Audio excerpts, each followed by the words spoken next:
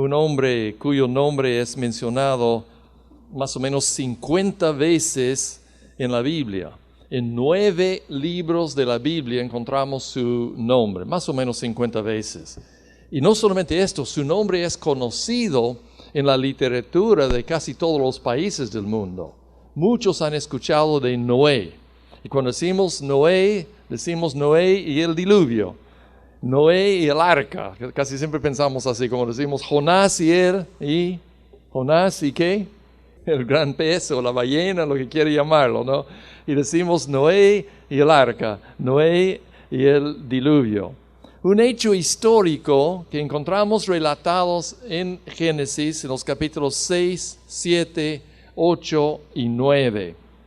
Pero no solamente es un relato, de la Biblia, es un relato histórico. El mismo arqueólogo, Hallam, que encontró el barco Titanic hace unos años, anunció hace poco que está en camino de descubrir el arca. Y él dijo que no lo vamos a encontrar probablemente el arca mismo, pero sí hemos descubierto evidencias abrumadoras del gran diluvio en el cual Noé sí estuvo con el arca.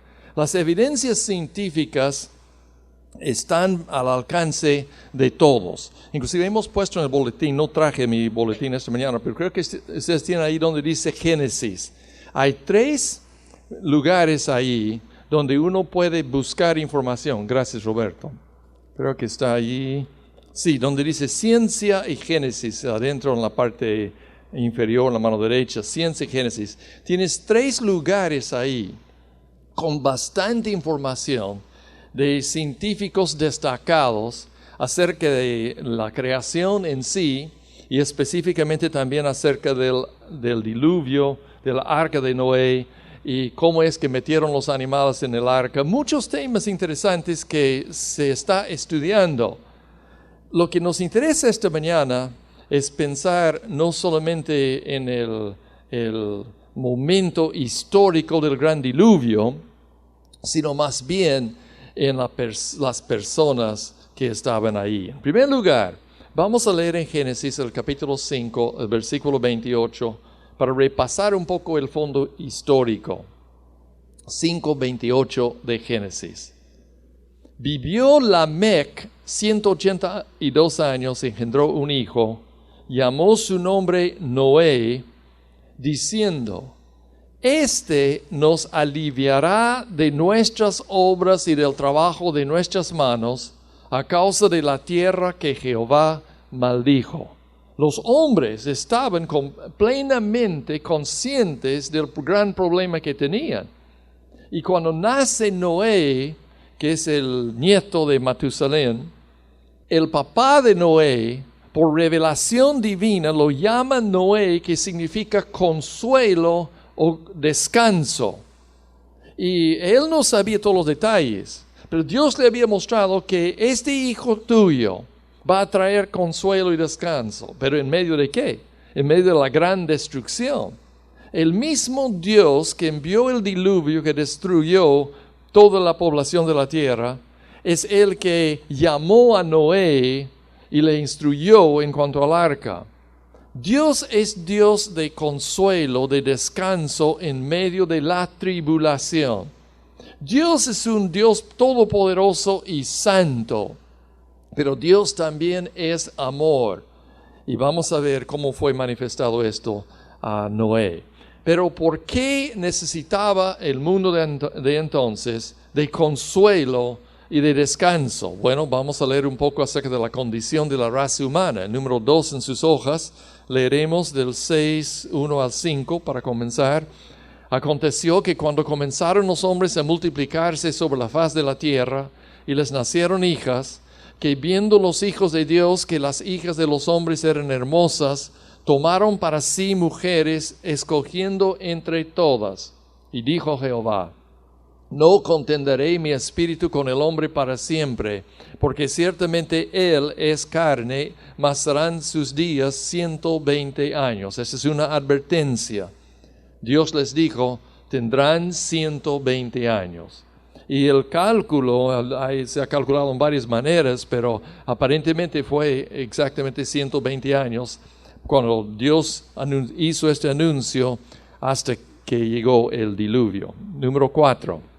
Había gigantes en la tierra en aquellos días y también después que se llegaron los hijos de Dios a las hijas de los hombres y les engendraron hijos. Estos fueron los valientes que desde la antigüedad fueron varones de renombre. Ahora fíjense en el versículo 5. Vio Jehová que la maldad de los hombres era mucha en la tierra y que todo designio de los pensamientos del corazón de ellos era de continuo solamente el mal. ¿Te das cuenta de cómo está enfatizando la maldad, enfatizando la condición de la persona? Maldad, y después habla de continuamente solamente el mal. Versículo 6. Se arrepintió Jehová de haber hecho hombre en la tierra y le dolió en el corazón. Y dijo Jehová: raeré de sobre la faz de la tierra los hombres que he creado, desde el hombre hasta la bestia, hasta el reptil y las aves del cielo, pues me arrepiento de haberlos hecho. En un sentido, Dios no puede arrepentirse porque Él es Dios y no cambia. Pero de nuestro punto de vista como seres humanos, Dios cambia en su trato del ser humano precisamente porque el hombre ha cambiado, no porque Dios haya cambiado. Dios sabía exactamente lo que iba a pasar, pero Dios, al crear al hombre a su imagen, le dio la libertad de meter la pata. Mejor dicho, lo hizo para que pudo escoger, porque el amor obligado no es amor. Y el hombre escogió la independencia, escogió alejarse de Dios, escogió vivir como si Dios no existiera, y los resultados son lo que vemos en estos capítulos de Génesis. Ahora, lo que surge cuando uno va leyendo esto es, ¿qué pasó? Nos preguntamos, ¿qué es lo que pasó? Algunos comentaristas, algunos teólogos, al comentar sobre este pasaje, dice que parece acá que del linaje de Caín, que se llamaban los hijos del hombre, y del linaje de Set, estos fueron los dos linajes que representaba el grupo del cual iba a nacer el Mesías algún día, los que siguieron a Dios y fueron escogidos por Dios, y el otro grupo que no quiso saber nada de Dios. Y entre los dos grupos se comenzó a bajar la pared intermediaria de separación y casarse entre ellos. Pero hay un gran problema con esta teoría. No explica la situación. Y no explica por qué llama un grupo los hijos de Dios y el otro grupo los hijos del hombre. Los dos tendrían que ser hijos de hombre, solamente de dos linajes distintos acá en la tierra. Es por eso, cuando vamos al Nuevo Testamento, hay dos pasajes que aparentemente explican algo muy, muy extraño que pasó aquí en la historia. Cuando ciertos ángeles de Dios, porque en el Antiguo Testamento, hijos de Dios es un término que se refiere a ángeles, una creación muy aparte de la raza humana. Aparentemente, algunos ángeles se apoderaron o infiltraron a la raza humana y entonces llegaron a ser hombres endemoniados, como vemos en el Nuevo Testamento, o sea, hombres, seres humanos como nosotros, pero dentro de los cuales ya vivían ángeles malos, o sea, demonios. Eso es lo que la Biblia llama un endemoniado, una persona que se ha entregado a Satanás. Y utilizando estos seres humanos, sus cuerpos físicos, los ángeles engendraron hijos de mujeres humanas, y esto es lo que produjo toda la confusión aquí en la tierra. Ahora, vamos a ver si es cierto. Vamos al Nuevo Testamento, 2 de Pedro, capítulo 2, versículo 4. Vamos juntos, por favor, busquen sus Biblias. Es importante que lea con sus propios ojos. 2 de Pedro 2, 4. Pedro aparentemente hace referencia a este evento, porque no hay otra manera de explicar este pasaje.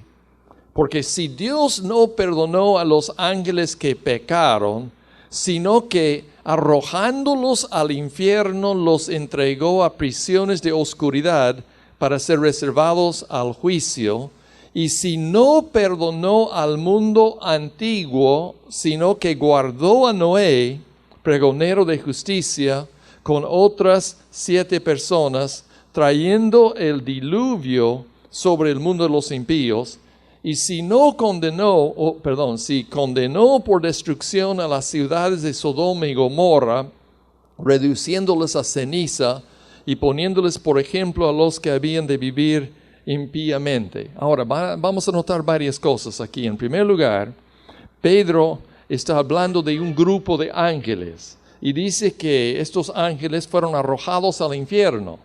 O sea, son ángeles que se rebelaron contra Dios. Pero entonces, ¿de dónde vienen los demonios hoy en día y en los tiempos de Jesús? Si todos fueron arrojados a estas, como acá dice, prisiones de oscuridad. Es que aparentemente hubo un grupo de ángeles que hizo algo mucho más allá de la rebeldía inicial en la cual fueron todos arrojados del cielo con Satanás. Y hicieron algo. ¿Qué es lo que hicieron? Bueno, en el versículo 5 está hablando de ¿qué? Del tiempo de Noé, el tiempo del diluvio. En el versículo 6 está hablando de un tipo de pecado que fue practicado, ¿dónde? En el versículo 6, Sodoma y Gomorra. O sea, un tipo de fornicación, y la palabra fornicación es un término genérico que se refiere a toda clase de pecado sexual.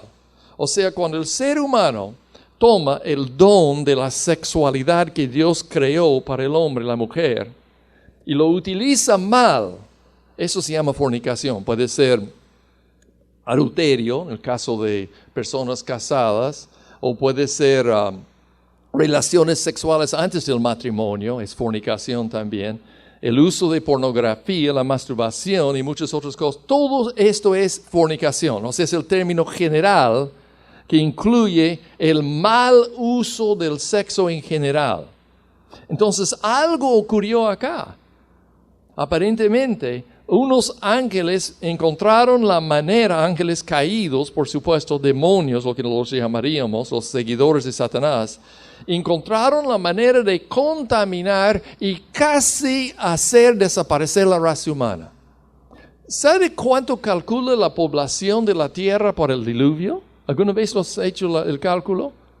Yo leí un cálculo esta semana, un cálculo matemático, en realidad sencillo. Supongamos que cada familia, como promedio, tenía 6 hijos, pero 6 nada más. Y como leímos la semana pasada, o en la última lección en Génesis, vivieron hasta 700, 800, 900 años, engendrando hijos durante todo ese tiempo. Pero vamos a calcular a base de 6 nada más, 6 hijos en cada familia.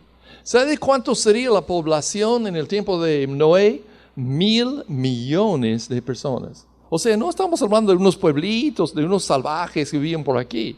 Es civilización altamente desarrollada para aquella época. 1,000 millones de personas fácilmente estaban en vida aquí en la tierra en el tiempo de Noé. Puedes hacer tus propias cuentas ahí en Génesis, pero ese es el cálculo que algunos científicos ya han hecho. Y acá vemos que algo pasó y que se tuvo que destruir casi toda la raza humana, con la excepción de 8 personas de los 1,000 millones que vivieron posiblemente en aquella época. ¿Qué pasó? Aparentemente, estos ángeles dejaron su propósito principal, como ya se habían rebelado contra Dios, encontraron la manera de infiltrarse en la raza humana con fines de destruir. Ahora, ¿por qué quiere Satanás destruir a la raza humana? Porque él escuchó con sus propios oídos la promesa de Génesis 3:15, que va a nacer un Salvador, va a nacer de la simiente de mujer y va a pisar la cabeza de Satanás, o sea, va a destruir a Satanás. Satanás lo sabe muy bien, pero él no sabe exactamente cómo se va a cumplir esta profecía. Entonces su plan era destruir, contaminar y destruir a todos. Ahora vamos a Judas, porque él también menciona algo que posiblemente se refiere a este mismo evento. Judas, el penúltimo libro del Nuevo Testamento, capítulo único, los versículos 6 y 7. Versículo 6.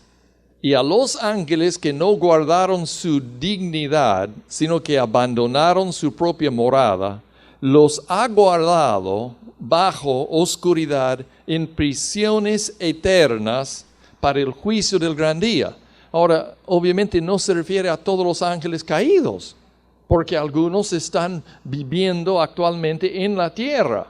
Y en los días de Jesús se manifestaron en los casos de personas endemoniadas, y hoy en día también se ven casos de personas endemoniadas. Pero mire el versículo siguiente. Como Sodoma y Gomorra. Otro apóstol usa la misma ilustración, Sodoma y Gomorra. Recuerden que los de Sodoma y Gomorra abandonaron el uso normal del don de sexualidad que Dios ha dado a la raza humana y practicaron lo que hoy en día se llama el homosexualismo. El nombre correcto es sodomía, por si acaso, la sodomía. Pero miren lo que dice, las cuales de la misma manera de aquellos, habiendo fornicado e ido en pos de vicios contra naturaleza, fueron puestas, por ejemplo, sufriendo el castigo del fuego eterno. Entonces Judas también menciona un evento histórico cuando un grupo de ángeles hicieron algo que tiene que ver con el pecado de Sodoma y Gomorra, o sea, tiene que ver con el mismo asunto, aunque no sea exactamente el mismo pecado, y causó el diluvio y la destrucción de la raza humana. Ahora, vamos a volver a Génesis, siempre en el capítulo 6, y vamos a ver qué es lo que tuvo que pasar cuando tocamos un tema así, que es para discutirse, porque hay pastores, hay teólogos y hay historiadores que lo toman solamente como una cuestión de la raza humana nada más, y muchos otros lo toman como un intento satánico por medio de los demonios de malograr la raza humana. Pero el hecho es que el hombre es responsable por su comportamiento. Una persona endemoniada es una persona que abrió la puerta de su personalidad y de su existencia para dar lugar a Satanás. Satanás no puede entrar en ningún ser humano a la fuerza. No tiene esa posibilidad. Pero si esta persona le abre la puerta, sí puede entrar y destruir. Satanás no puede destruir tu casa, tu hogar, tu familia, solo. Pero si tú le das lugar al diablo, él va a hacer todo lo posible, destruirte a ti y destruir tu familia, destruir tu hogar. Pero aquí vamos a ver qué es lo que ocurrió. Dios es amor, pero también Dios es Dios. Leamos capítulo 6, el versículo 6. Se arrepintió Jehová de haber hecho hombre en la tierra. Le dolió en su corazón. Y después dice, dijo Jehová, raeré de sobre la faz de la tierra a los hombres que he creado. Ahora vamos al capítulo 7, versículo 11. El año 600 de la vida de Noé, mira la misericordia de Dios, le dio muchos años, cuando ya se había anunciado por medio de su abuelo Matusalén, de que cuando Matusalén muera, va a caer el juicio, como vimos en la última lección. Pero ya han pasado 600 años, Noé ya tiene 600 años. En el mes segundo, a los 17 días del mes, aquel día fueron rotas todas las fuentes del grande abismo, las cataratas de los cielos fueron abiertas, y hubo lluvia sobre la tierra 40 días y 40 noches, por un total de 371 días, si sumas todos los números en estos capítulos, el agua estaba sobre la tierra. Ahora, ¿cómo fue posible? Muy fácil. Ustedes han visto las fotos terribles del tsunami en Japón hace un par de años y los videos que han tomado. Al ver esa tremenda ola que venía y arrasó con todo, solamente fue un pequeño movimiento debajo del mar nada más. Pero si el fondo del mar sube unos pocos metros nada más, el agua que está en el mar fácilmente cubriría toda la tierra.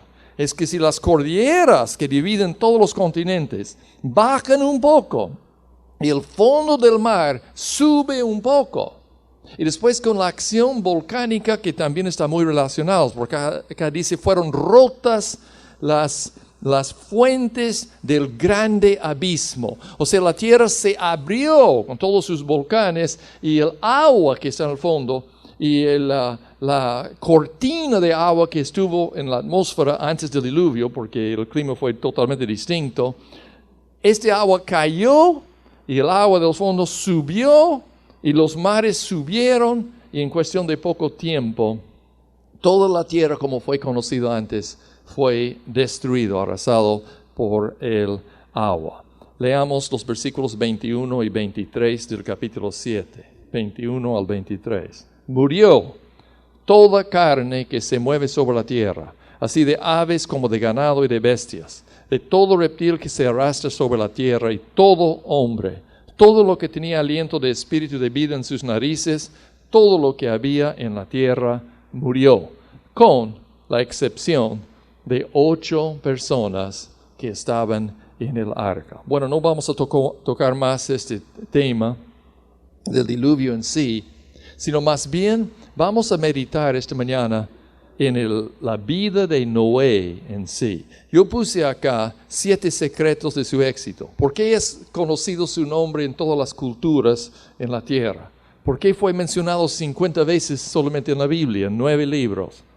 ¿Qué es lo que Dios hizo en la vida de Noé? Porque cada vez que vemos un estudio biográfico del Antiguo Testamento del Nuevo, está allí con sus fracasos y con sus éxitos para enseñarte a ti y para enseñarme a mí. Entonces vamos al capítulo 6 siempre, versículo 8, y leamos un versículo maravilloso.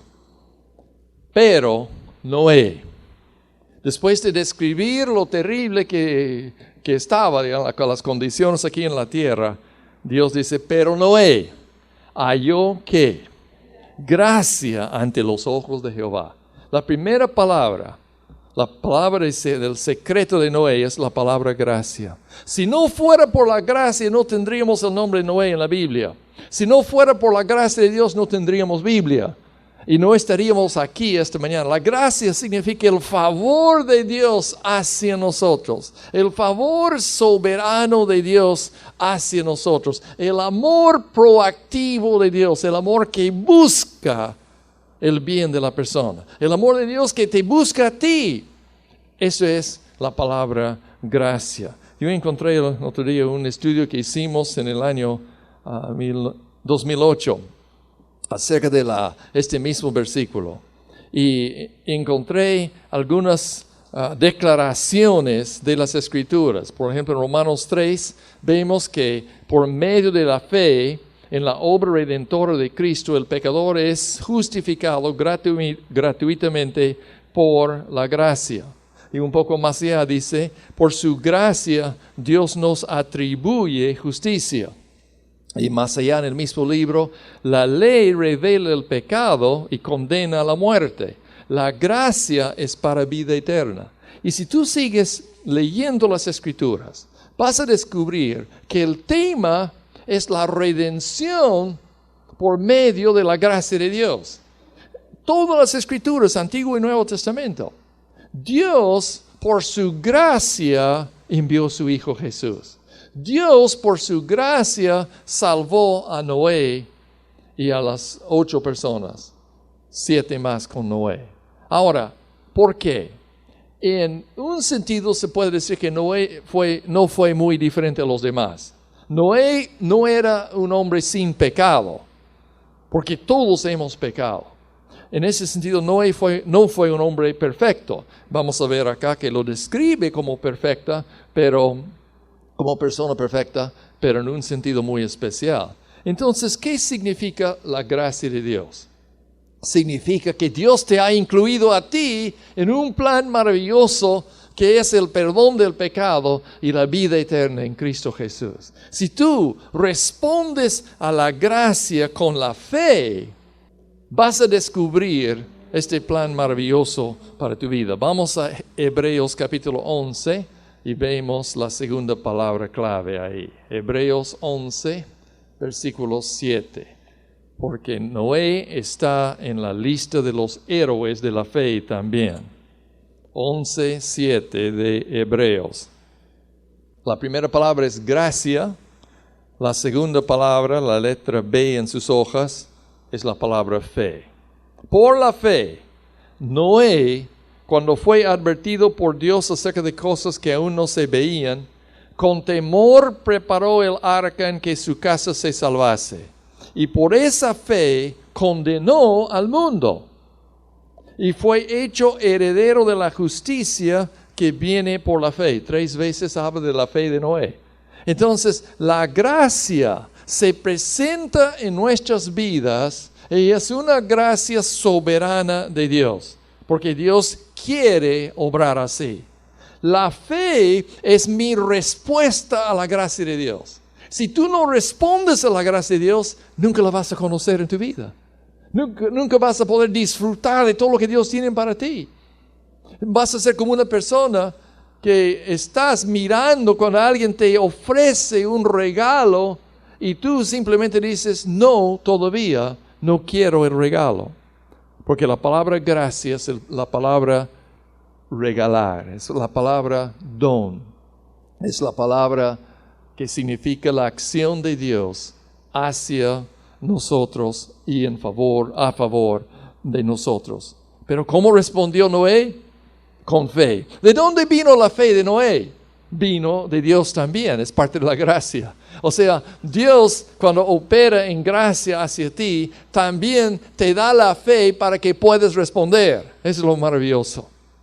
Pero tú eres responsable por tu decisión frente a la gracia de Dios. Noé respondió bien.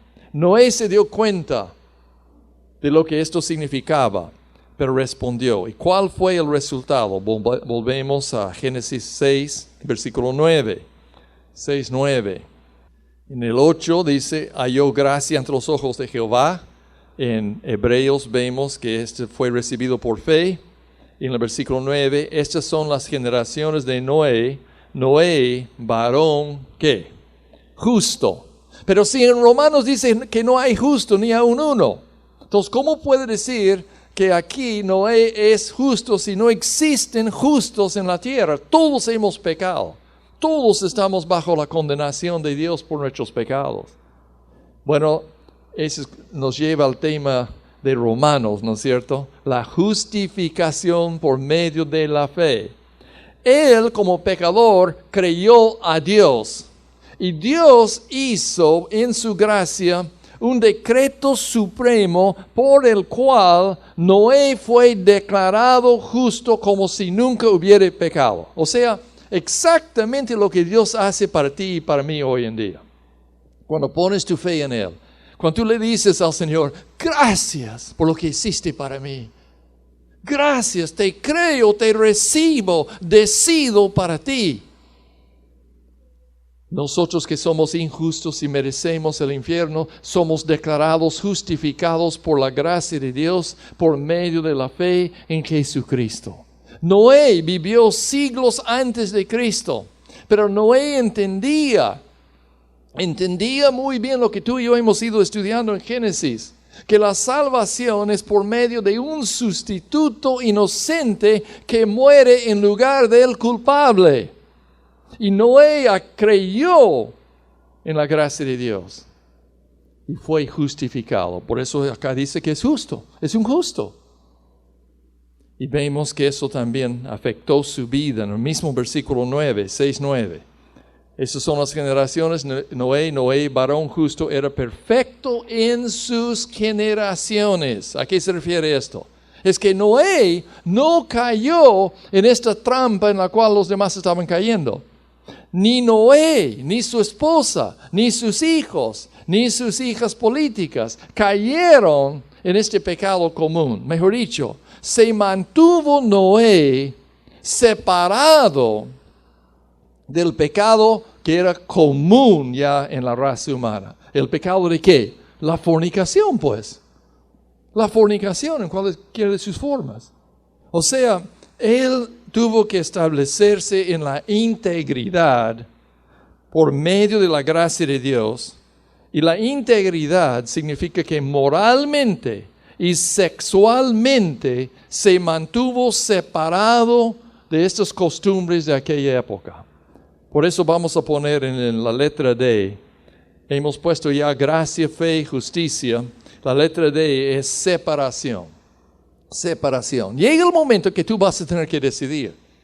Vas a decidir con quién estás, con quién vas a vivir, digamos. ¿Cómo vas a vivir tu vida? Y como cristiano te das cuenta que tienes que separarte de algunas cosas. Simplemente hay cosas que no te convienen y que no honran a Dios. Y podemos pensar que todo el mundo lo hace. Después tenemos que recordar, todo el mundo menos Noé. Todo el mundo menos yo y mi familia.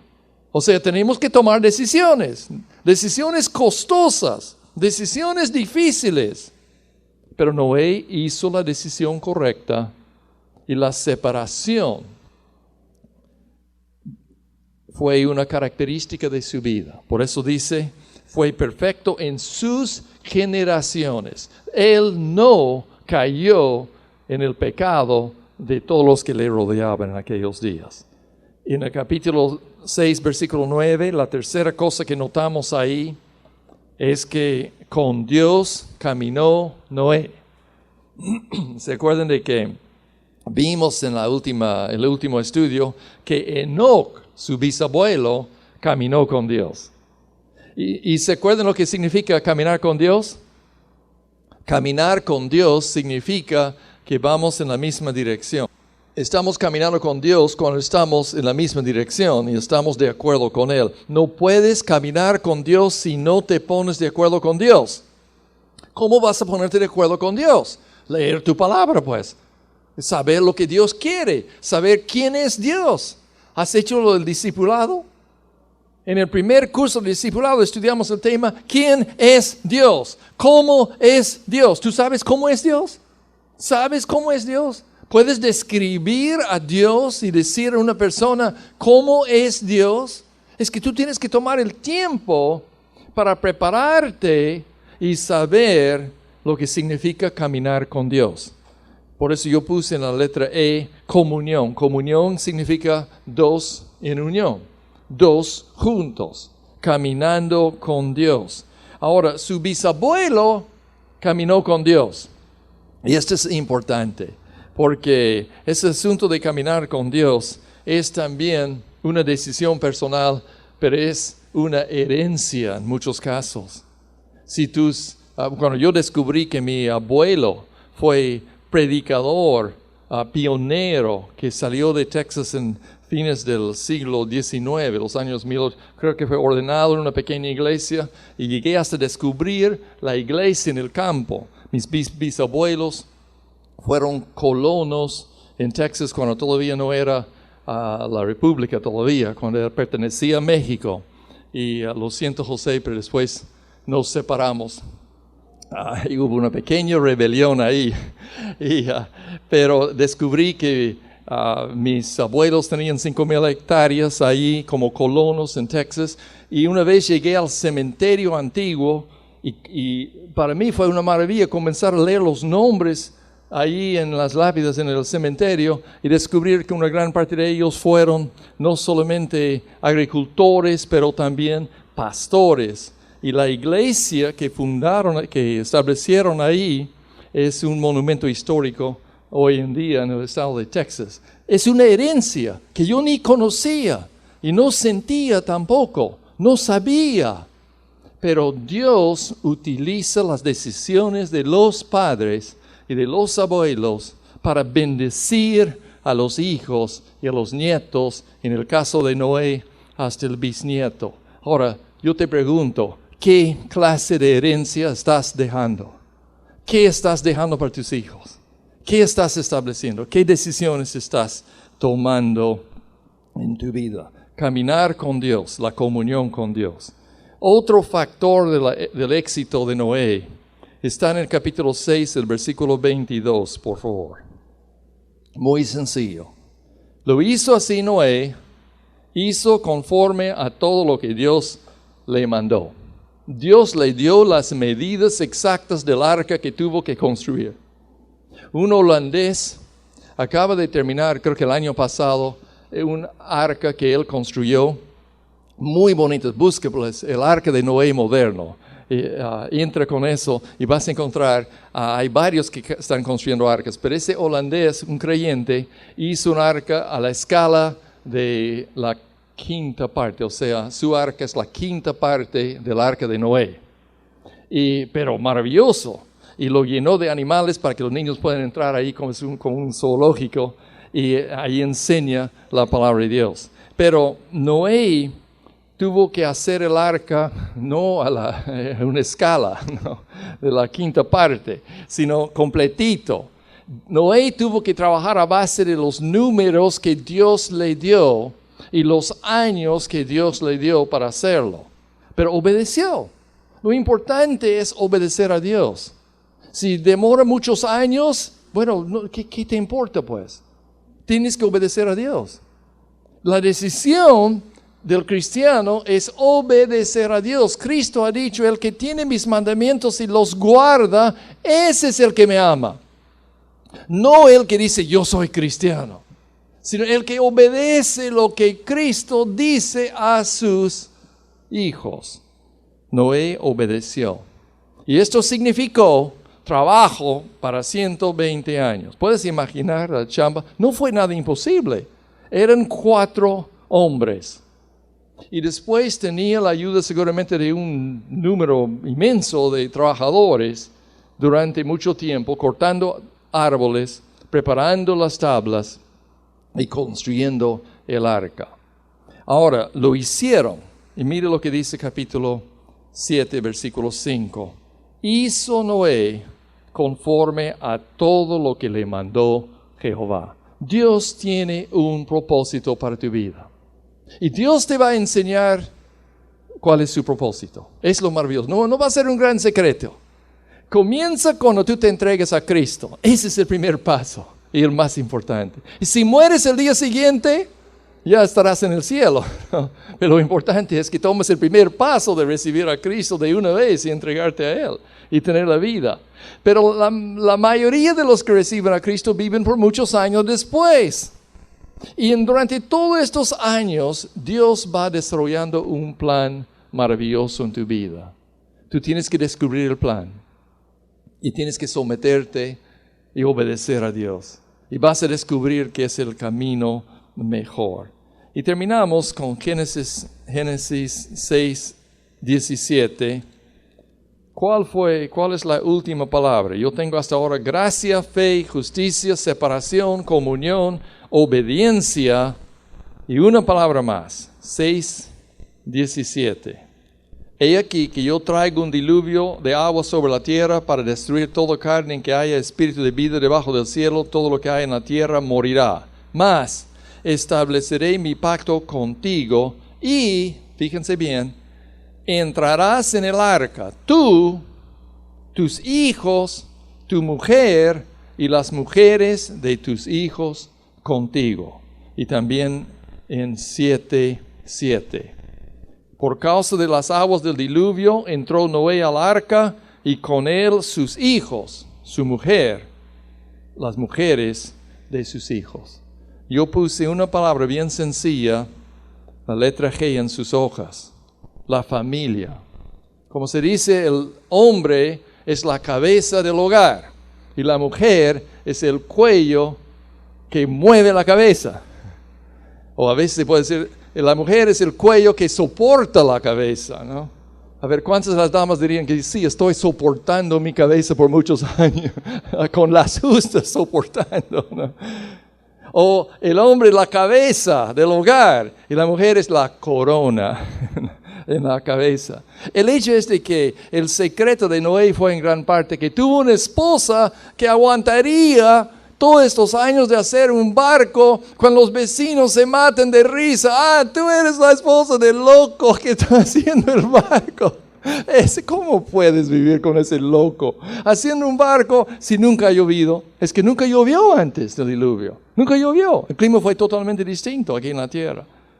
Tantos años. Aquí no hay ni lago, mucho menos mar. ¿Qué está haciendo Noé? Dice que Dios le ha dicho.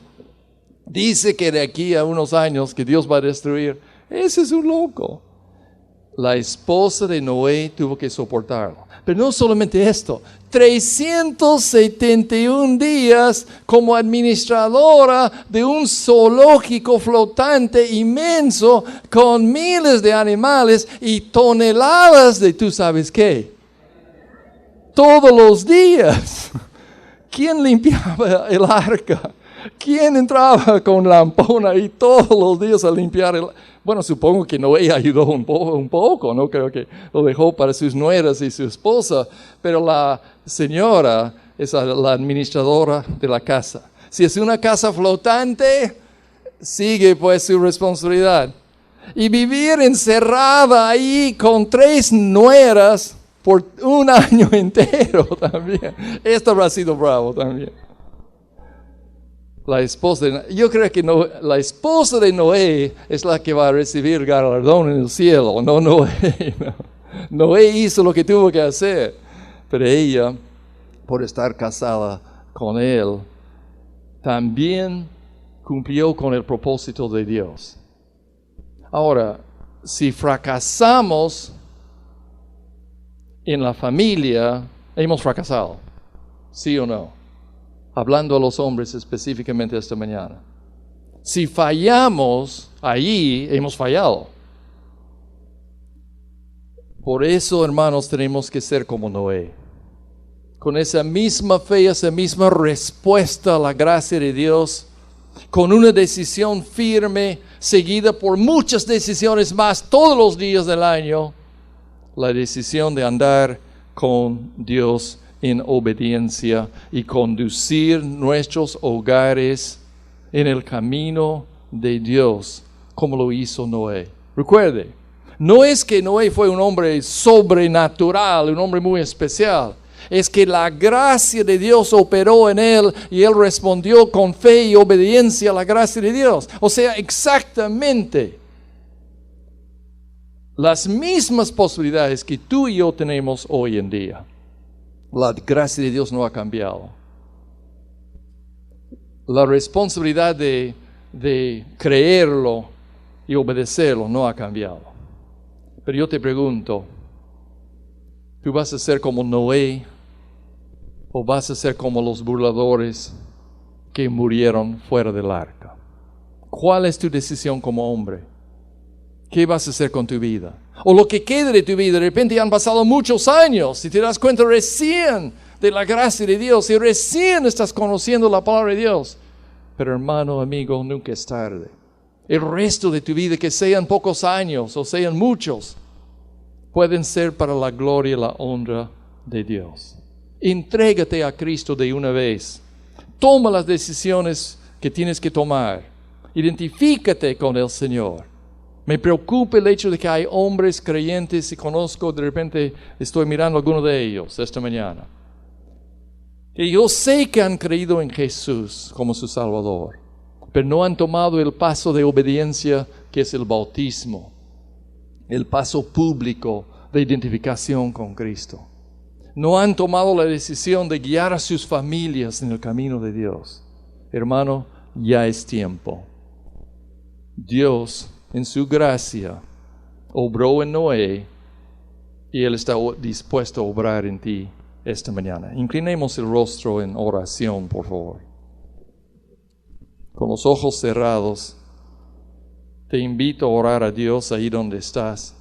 Te invito a decirle, Padre, gracias. Me doy cuenta que enviaste a tu Hijo por mí, para buscarme, para salvarme. Gracias, Señor Jesús, que moriste por mí en la cruz y resucitaste para darme la vida. Te invito a mi vida esta mañana y me entrego a ti. Gracias. Padre, yo te ruego por cada persona aquí. Continúa tu obra en cada vida para tu propia honra y gloria. Y haz que seamos como Noé, recipientes de tu gracia, que respondemos con fe y obediencia para tu propia honra y gloria. En el nombre de tu Hijo. Amén.